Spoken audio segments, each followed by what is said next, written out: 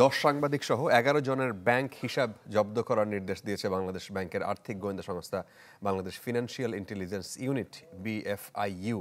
BFIU থেকে ব্যাংকগুলোতে এই সংক্রান্ত একটি নির্দেশনা জারি করা হয়েছে। এতে বলা হয়েছে, হিসাব জব্দ করা 11 ব্যক্তি মালিকানাধীন প্রতিষ্ঠানের ব্যাংক হিসাব স্থগিত রাখা হবে। যাদের হিসাব জব্দের নির্দেশ দেওয়া হয়েছে তারা হচ্ছেন দৈনিক বাংলার ভারপ্রাপ্ত সম্পাদক চৌধুরী জাফরুল্লাহ শারাফাত, জাতীয় প্রেস ক্লাবের সাবেক সভাপতি শফিকুর রহমান, টিভি টুডের প্রধান সম্পাদক মঞ্জুরুল হাসান বুলবুল, ওয়াশিংটনের সাবেক প্রেস মিনিস্টার সাজ্জাদ হোসেন সবুজ, ডিবিসি নিউজের নাজনীন মুন্নি, ইন্ডিপেন্ডেন্ট টিভির আশিস ঘোষ সৈকত, গাজী টিভির অঞ্জন রয়, সময় টিভির কমল দে, দৈনিক আমার সময়ের আব্দুল গাফফার খান, যুগান্তরের রাজু আহমেদ এবং এক্সিম ব্যাংকের হেড অফ পিওআর সঞ্জীব চ্যাটার্জি।